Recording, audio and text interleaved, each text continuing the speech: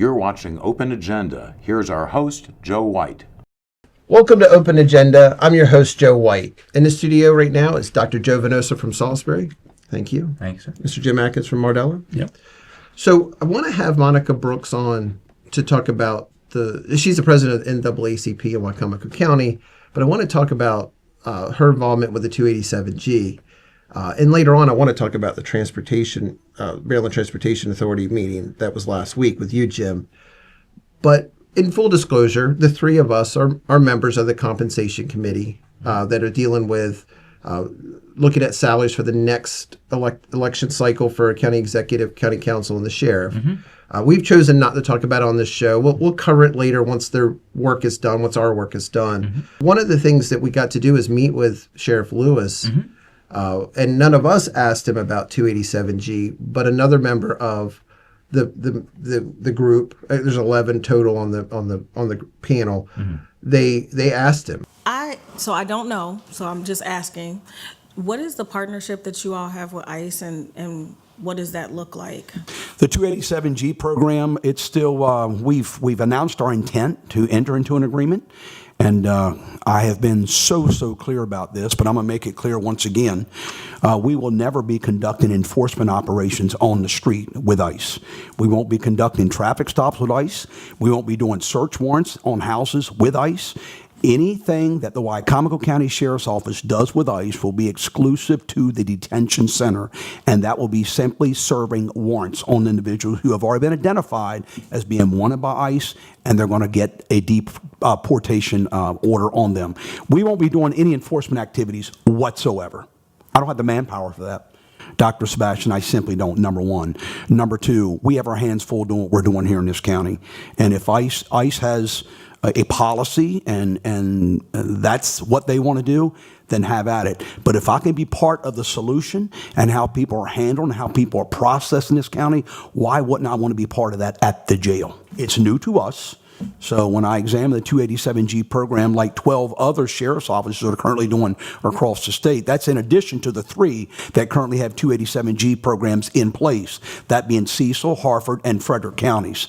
But there are 12 other sheriff's offices across state, 13 of us, that have currently announced our intent to work with ICE.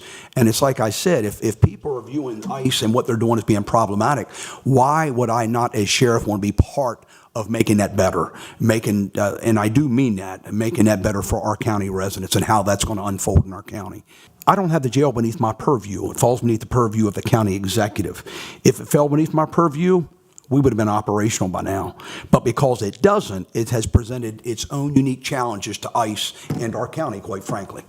And this was the first time publicly that I believe Sheriff Lewis has addressed 287G since news articles came out in July. Yeah, to my knowledge, you're absolutely right. And I was very appreciative that he basically talked about it in the way that he did. And I think the public would benefit from listening to that. And Jim, were you surprised at what he said? I mean, he talked about not only what model he supported, but also the fact that it's very likely that the Maryland legislature in the spring is probably going to outlaw these MOAs anyway. Yes. I was surprised that he got into that and discussed it at all, because, like you said, it's one of the few times publicly that he has talked about it.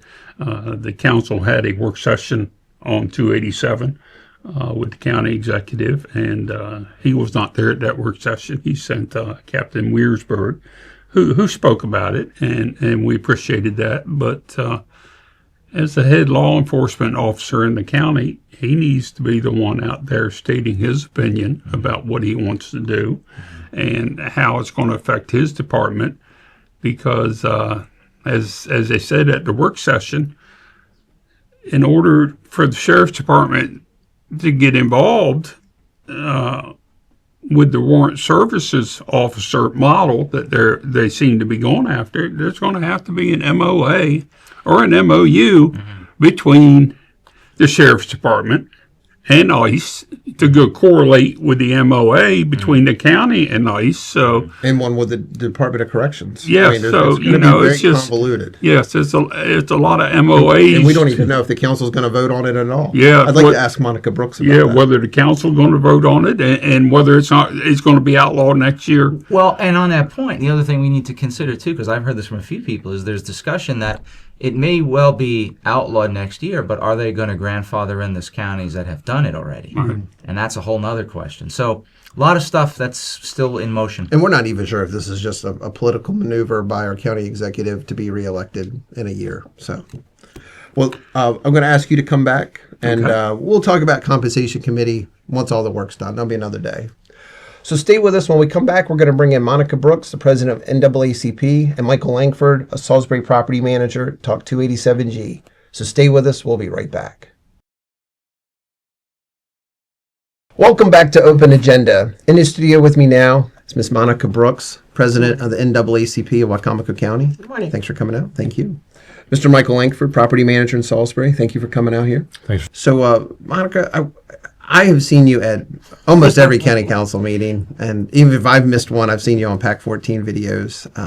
I know you represent your organization really well, but also I know that there's more to what you do. And talking to you actually got started back in 2014 as a co-founder of another organization. Can you talk about that? Absolutely. So back in 2000, it might have been 13 actually, 13 or 14, we discovered that someone had a great idea to put 13 mega-sized poultry houses on top of the Paleo Channel, which is our source of water. If you're in Salisbury and the areas around, that's where you get your water from. And so appalled and not hearing anything from our county protesting this, but they were allowing it, and they were also not informing citizens. I started a petition same day and just started knocking on people's doors. Hey, do you know about this thing? Do you want this thing coming here? Et cetera, et cetera. Educated myself on it, combined with some other folk. And then we formed Concerned Citizens Against Industrial CAFOs and started having meetings weekly. We would get up to 70 people a week. And a CAFO is a large agriculture, like it's a concentrated animal feeding operation. So the whole model has changed. It's not the good old days where animals would just roam the land and breathe good air and all of that. But no, it's the idea to have as many animals that we can breed as possible and grow as quickly as possible in a confined space. Yeah. So I want to talk about your involvement with the 287G, the MOA. The county does not have one as of right now, Right. Although we've been told by the county executive at times that there is one or alluded to one. You were at the work session at the last council meeting. You have organized press conferences and protests out front. I want to explain a little bit. I want you to explain a little bit about what your position is on the 287G MOA. For me and our organization, we see not only the relevance of speaking out against 287G because of us aligning ourselves with ICE, that I call mass vigilantes, but the downside of what that does for the county itself, as well as the harmful effects of what it does to our community. When I moved here, I discovered that so much of our industry, so much of what we do in this area is literally tied directly to immigrants that are invited here, whether they come invited to work in Ocean City and run all the games and trimpers and the restaurants and all of that, whether they are invited to work in the poultry industry, whether they're invited to pick the fruit around, or whether they come through Tidal Health as new physicians and all of that. So it's very integrated into who we are. So with this, what's currently going on, we did have a meeting. I'm going to be honest, this is my first meeting ever with the county executive. I mean, ever. And had a meeting where she said that she would not support this thing if the county doesn't vote for it. If they vote against it, she will not push it through. You talking about the council or the whole county as like a referendum? The whole council, if the council doesn't support it by a vote, if she will not put it through. Okay, so you were at the work session, and we even had a member of ICE, Peter Mercurio. He's the field operations manager from Maryland. He actually works over in Baltimore, but there are 4 ICE agents who work out of the Salisbury office who do Lower Delaware and Salisbury. Did you feel like the information was very organized coming out of that? Because he even seemed to refute some of the things that the executives team was saying. It was not organized, honestly, between the two different things where they seem to try to say, well, yes, you know what I mean, right? Or that it was very confusing. They would contradict it, right? Right. And then there were some questions that the ICE agent could not answer. I'm very concerned about the idea that there can be this open-ended agreement that still doesn't fall within the need for council approval. So I think a vote is absolutely necessary. Question about something that could go on to all eternity. And what you're alluding to is the fact that this MOA had no set date. No set date. And it's not in the norm for ICE to do. In the typical arrangements. It's just kind of we just keep it open. I mean, there's no putting a deadline on it. There's no it's from this time to this time. Or it has to be renewed. There you go. So one of our contributors of the show, Trish Melvin, spoke at the last county council meeting during public comments. And one of the things she's brought up, now she's really watched the ICE website and noticed that we actually didn't actually have an application in when the county executive was saying we did.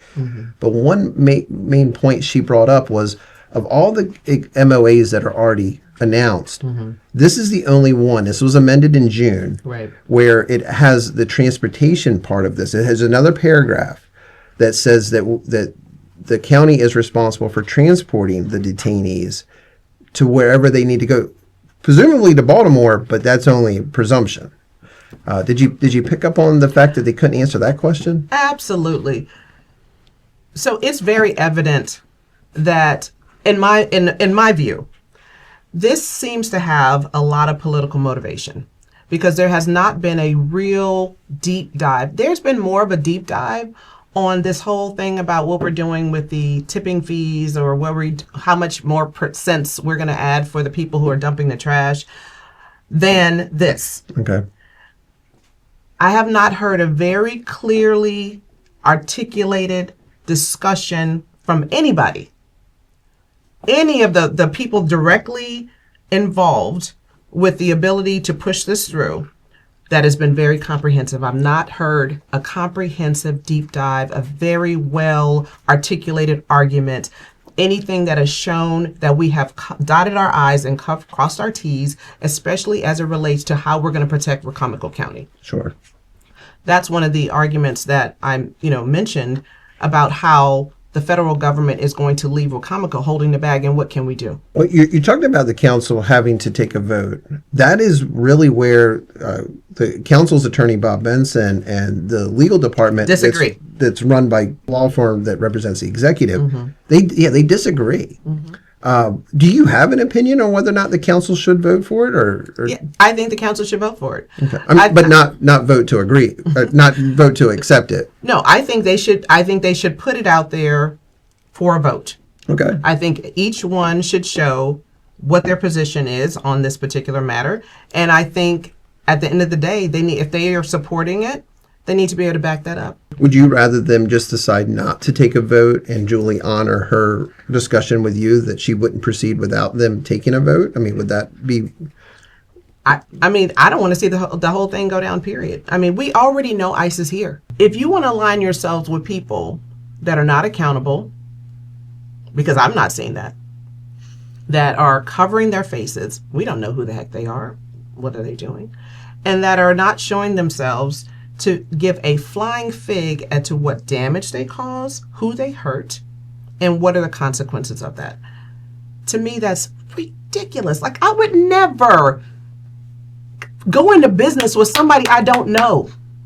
Like, this is stupid. Especially if you don't have control over it. You don't have control over it. Yeah. You do not. And it says it on that ICE website. There are certain areas that power we will relinquish. The legal and financial liabilities that we're opening ourselves up to if we enter into the agreement. You're saying like we just lose all control of certain situations that are just terrible for people. Outcomes. 20 people have already died. Well, actually, the number's up from 20. That was about a month ago in ICE custody. One of the other concerns was with there being an agreement with ICE that some other folks may underreport other crimes. Say there's a domestic assault, but the person who would normally get reported is an illegal alien, and that victim does not want to get them to be in trouble with being deported. Absolutely. Are we looking at a situation where we may underreport other crimes? Well, absolutely. I mean, that has been proven in different areas. If you look at communities that feel targeted or that they don't have a level of trust with law enforcement, then they stay away from law enforcement. Yes. Well, Michael, I want to ask you, you're a property manager of a property in Salisbury. People do have rational fears and even sometimes irrational fears, but they're still real to them.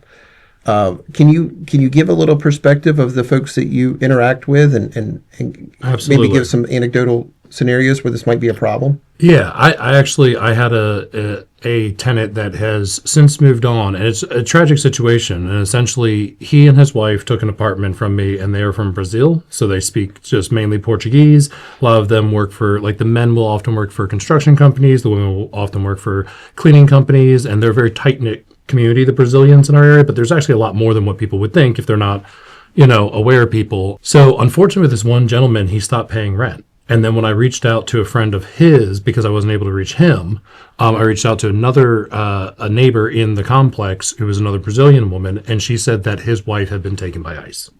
And I don't know when specifically this happened. It ended up being the case that she said that once that happened, he started drinking a lot and had kind of distanced from being a neighbor with them as much and isolated. Then I got a call probably about a month ago from a woman from a church, and he had let them know he was behind on rent and taking money from these folks at the church and stuff. And so I think that the situation is like, people be like, oh, that's always wrong to under false pretenses take money, but I don't think people understand both why people immigrated in the first place, what they're coming from, and then the fact that none of us know what that's like to have our spouse ripped from us when we have children with that person, and then to what that experience would be like. It's just absolutely horrifying. It is hard to put your mind around. Yeah, like, so how would you respond to that? It's easy to, in the abstract, be like, do the right thing or obey the law, but that's not really how life works. If we've all have some seasoning on us, we know that. So we need to, look at, and it's just a tragic situation in which the person eventually just surrendered the apartment, left the keys one night, and is now gone. And before his wife was taken, never had never an issue with, with them any complaints from other neighbors, any issues with them paying rent on time. These are not people, they're working people who are contributing to our community. They're not causing any harm, but these situations cause people in our community real harm. You're making me think of another layer to this, mental health.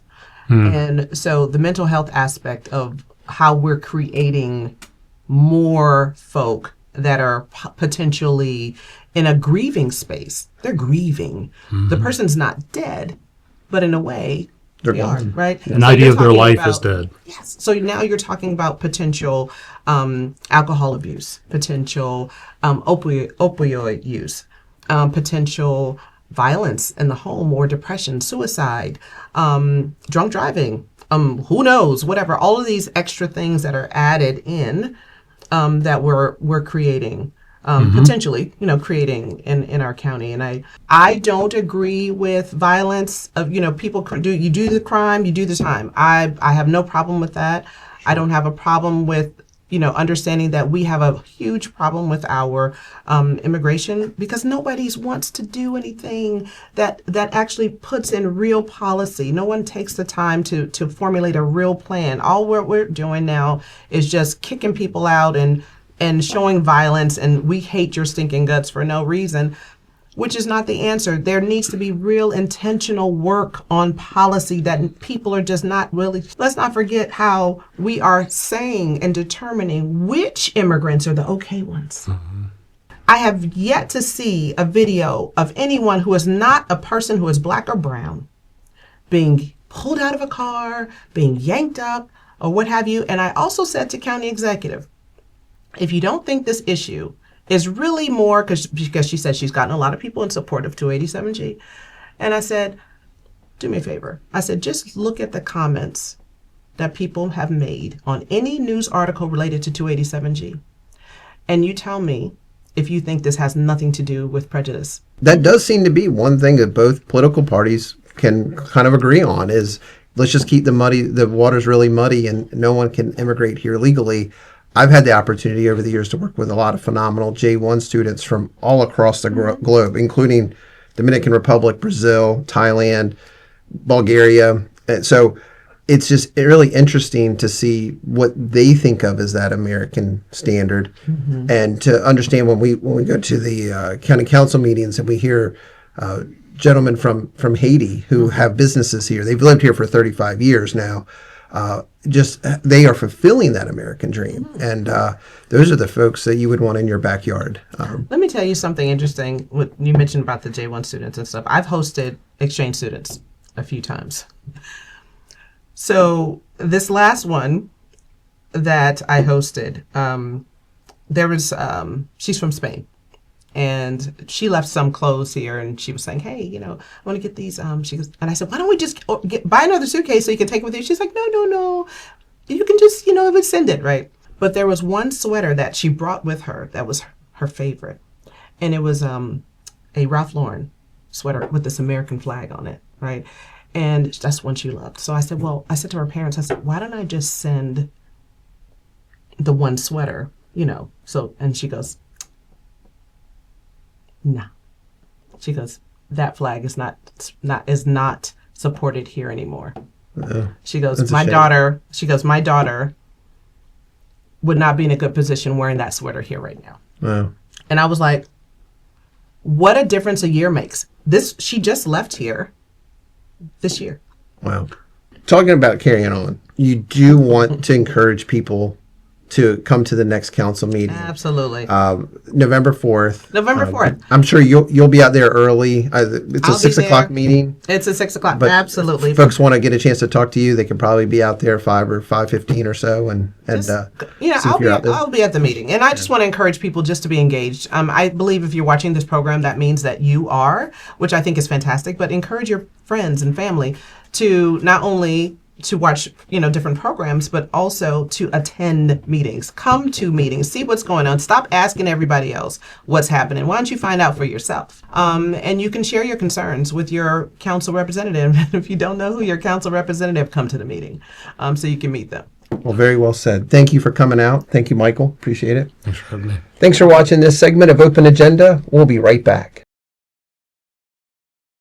Welcome back to Open Agenda. In the studio with us now is Mr. Mike Goldberg from Delmar. Thank you. Yes, sir. Mr. Jim Atkins from Mardella. Thank you. Yep. So, talking about the transportation bill, not the transportation bill, but the transportation presentation for the county was last Thursday. We had Monica Brooks in earlier talking about 287G, and we've just recently started to get information about the county executive's plans there.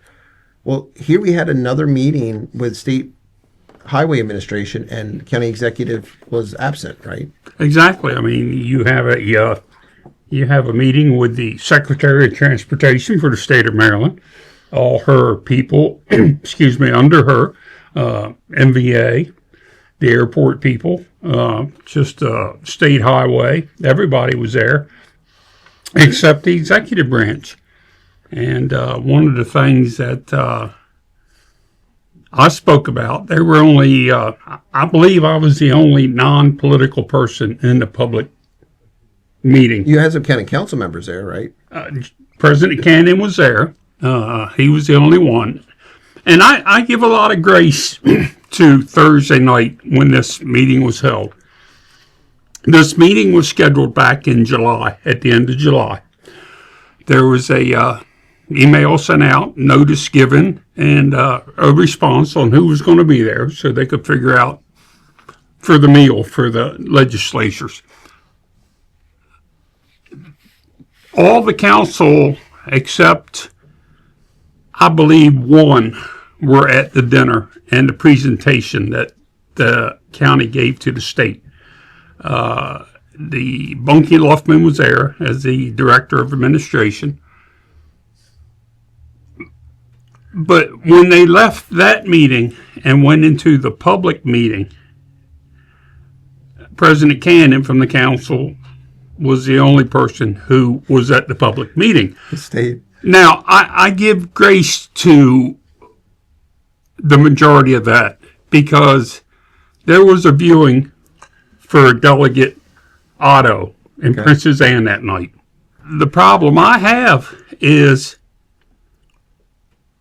this transportation meeting was scheduled at the end of July.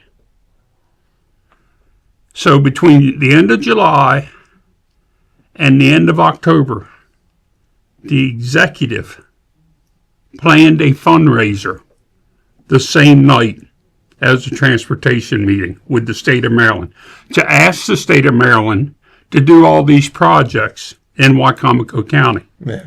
Now, I relate this back to June 30th. The county executive had a press conference Talking about a landfill. talking about the landfill, all the problems we had with the landfill, what was going to have to happen, and things that needed to be done. And there was going to be a meeting on July 15th. A work session. Work session to discuss this.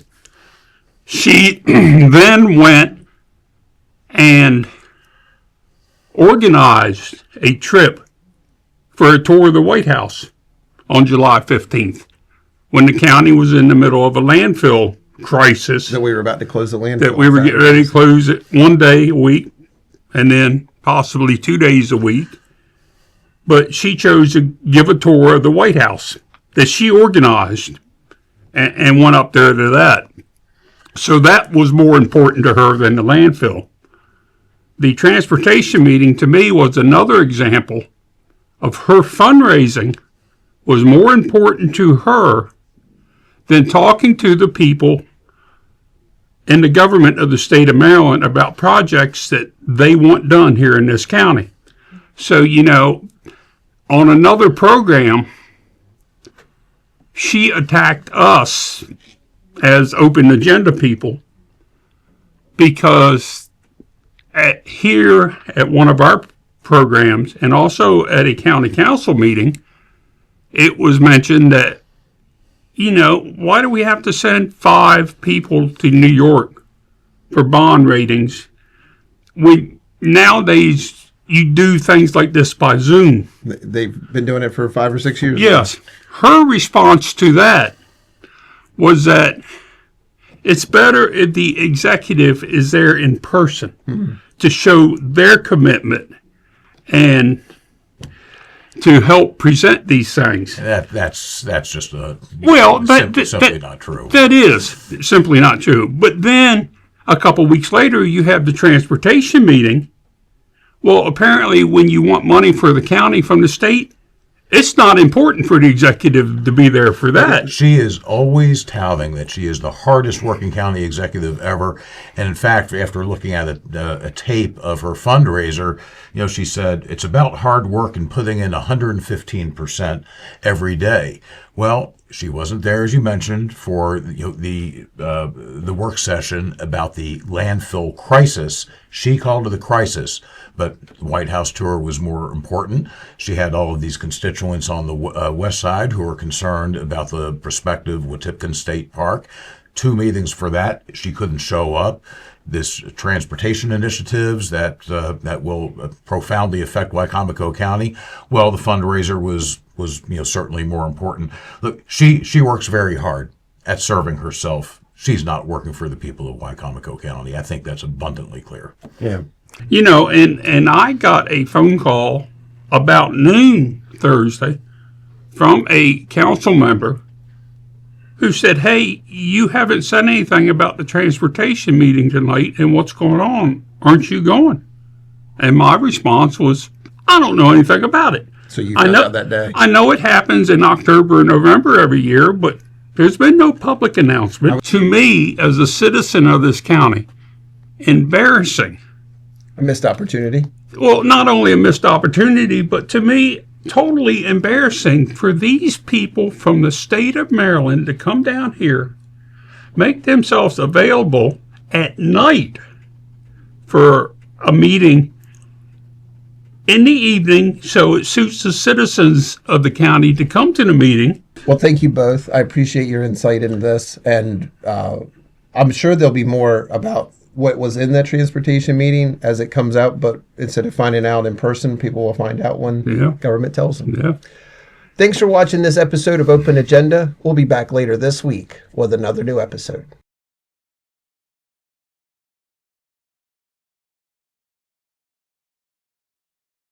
You think you can get that in under a half an hour? I do.